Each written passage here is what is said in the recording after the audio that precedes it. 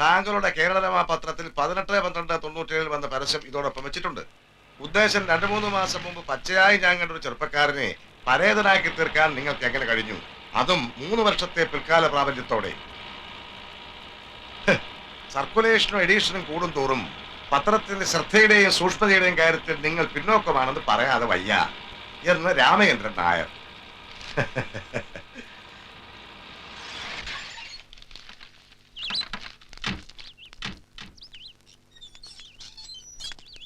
വീട് തന്നെ സർ. നമസ്കാരം. നമസ്കാരം. ഞങ്ങളെ കേരളരമ പത്രത്തിൽ ഇദ്ദേഹമാണ് അതിന്റെ എഡിറ്റർമാരൊരാൾ. നമസ്കാരം. രാമചന്ദ്രൻ? അതെ, ഞാൻ തന്നെ. കേരളരമയിൽ വന്ന പരസ്യത്തിലെ തെറ്റ് ചൂണ്ടിക്കാണിച്ച് താങ്കൾ അയച്ച കത്ത് കിട്ടി. അങ്ങനെ ഒരു തെറ്റ് പറ്റിയതിൽ ഖേദിക്കുന്നു. ഇങ്ങനെ അബദ്ധം പറ്റൂ? ഇതെന്താ തമാശ? കുറച്ചുനാൾ മുമ്പ് അവൻ ഇവിടെ വന്നിരുന്നു, എന്റെ മകന്റെ കൂടെ. 2 ദിവസം ഇവിടെ താമസിക്കുകയും ചെയ്തു. അതല്ലേ എനിക്ക് ഇത്ര ഉറപ്പ്. അങ്ങനെ ഒരു അബദ്ധം എങ്ങനെ പറ്റിയെന്ന് അറിയാൻ എൻക്വയറി ആരംഭിച്ചു കഴിഞ്ഞു. അതിന് ഉത്തരവാദികൾ ആരായാലും ശരി, അവരെ വെറുതെ വിടില്ല. ഇനി മകന്റെ കൂട്ടുകാരനെ കണ്ട് നേരിട്ട് മാപ്പ് ചോദിച്ചാലേ ഞങ്ങൾക്ക് സമാധാനാവൂ. ഈ കൂട്ടുകാരനെ എവിടെ അന്വേഷിച്ചാൽ കാണാൻ കഴിയും? അയാളുടെ പേര് ബോസ് എന്നാ. വിലാസൊന്നും എനിക്കറിയില്ല. സാബുവിന്റെ അഡ്രസ് വേണമെങ്കിൽ തരാം. സാബു എന്റെ മകനാ.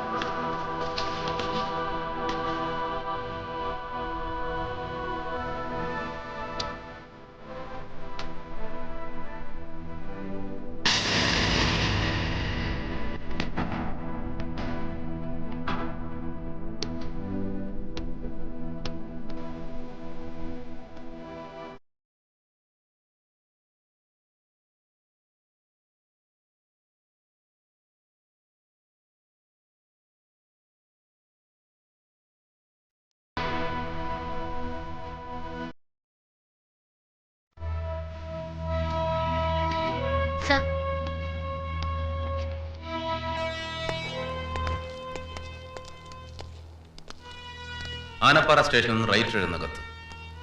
മയക്കുമരുന്ന് കഴിച്ച് അബോധാവസ്ഥയിലായ ഒരു ചെറുപ്പക്കാരൻ ഞങ്ങളുടെ കസ്റ്റഡിയിലുണ്ട്. അയാളുടെ ബാഗിൽ നിന്നുമാണ് ഈ അഡ്രസ്സ് കിട്ടിയത്. ചെറുപ്പക്കാരന്റെ പേര് സാബു എന്നാണ് അഡ്രസ്സിൽ കാണുന്നത്. സാബുവിന്റെ ഉറ്റവരോ ഉടവരോ ആയിട്ട് ആരെങ്കിലും ഉണ്ടെങ്കിൽ എത്രയും വേഗം ഈ പോലീസ് സ്റ്റേഷനുമായി ബന്ധപ്പെടുക.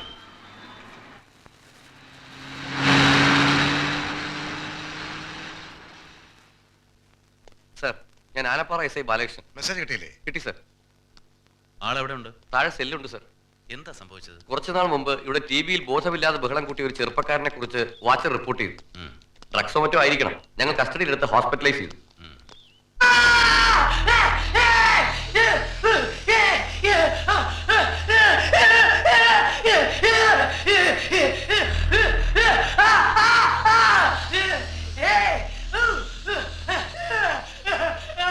ആളിന്ന് വളരെ വയലന്റ് ആണ് സർ.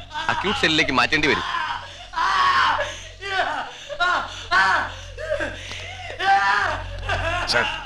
ഇത്രയൊക്കെ കഷ്ടപ്പെട്ട് ഇവരെ കണ്ടുപിടിച്ചിട്ട് ഒരു വാക്ക് പോലും ചോദിക്കാതെ പോയാൽ ഈ കണ്ടീഷൻ അവനോട് എന്ത് ചോദിക്കാനാ?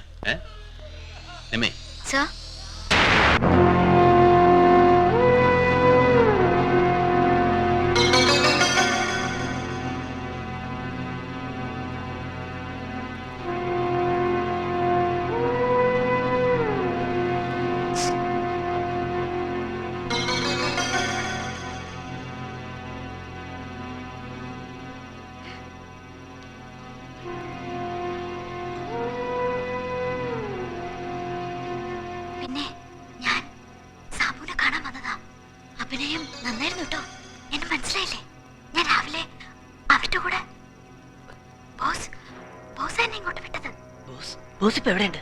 അടുത്തൊരു സ്ഥലത്ത് വെയിറ്റ് ചെയ്യാം. എന്നെ എങ്ങനെ രക്ഷിക്കും? പുറത്ത് പോലീസുണ്ട്.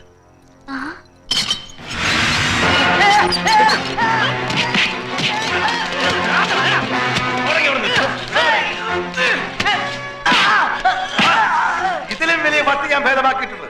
പിന്നെയല്ലേ നീ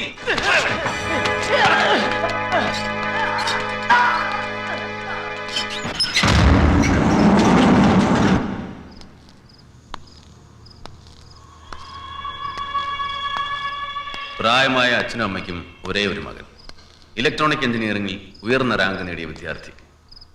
ഇതൊക്കെ ആയിട്ടും നീ ഇന്ന് ജീവിതമാകെ തുലച്ചു നിൽക്കുക. സ്ഫോടനത്തിൽ നിന്റെ ഇൻവോൾവ്മെന്റ് വ്യക്തമായി തെളിയിക്കപ്പെട്ട സ്ഥിതിക്ക് തൂക്കുകയറിൽ കുറഞ്ഞ ഒരു ശിക്ഷയും നീ പ്രതീക്ഷിക്കണ്ട. ക്യാമറയിലേക്കുള്ള റിമോട്ട് കൺട്രോൾ ഉണ്ടാക്കിയെന്നല്ലാതെ that's more than enough for the capital punishment. നിയമത്തിന്റെ ഒരു ആനുകൂല്യം നിനക്ക് കിട്ടാൻ പോകുന്നില്ല. But I can help you provide you should cooperate with me. എനിക്ക് രണ്ട് കാര്യങ്ങളെ അറിയേണ്ടതുള്ളൂ. ആരൊക്കെയാണ് ഈ ഗൂഢാലോചനയ്ക്ക് പിന്നിൽ? ബോസ് അല്ലാതെ മറ്റൊരു കോണ്ടാക്റ്റും എനിക്കില്ല. ആരാണ് ഈ ബോസ്? അവന്റെ യഥാർത്ഥ പേരെന്താണ്? ബോസ് എന്നല്ലാതെ മറ്റൊരു പേര് അയാൾക്കുണ്ടോ എന്ന് എനിക്കറിയില്ല സർ. ആ, അവനിപ്പോ എവിടെയുണ്ട്? Come on, tell me. Tell me. അത്